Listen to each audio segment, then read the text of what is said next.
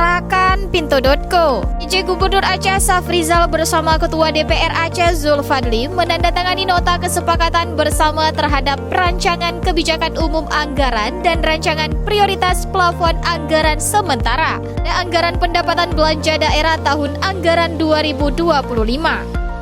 Penandatanganan itu dilakukan dalam rapat paripurna di kantor DPRA pada Selasa 17 September 2024, tepatnya pada pukul 9.40. Rancangan KUA dan PPAS telah dibahas Badan Anggaran DPRA bersama tim anggaran pemerintah Aceh. Selanjutnya, rancangan KUA dan PPAS yang disepakati bersama itu nantinya akan menjadi pedoman bagi pemerintah dalam menyusun rancangan kanun tentang APBA tahun 2025. Pendapatan Aceh tahun 2025 direncanakan sebesar 10,8 triliun lebih dan belanja sebesar 11 triliun lebih.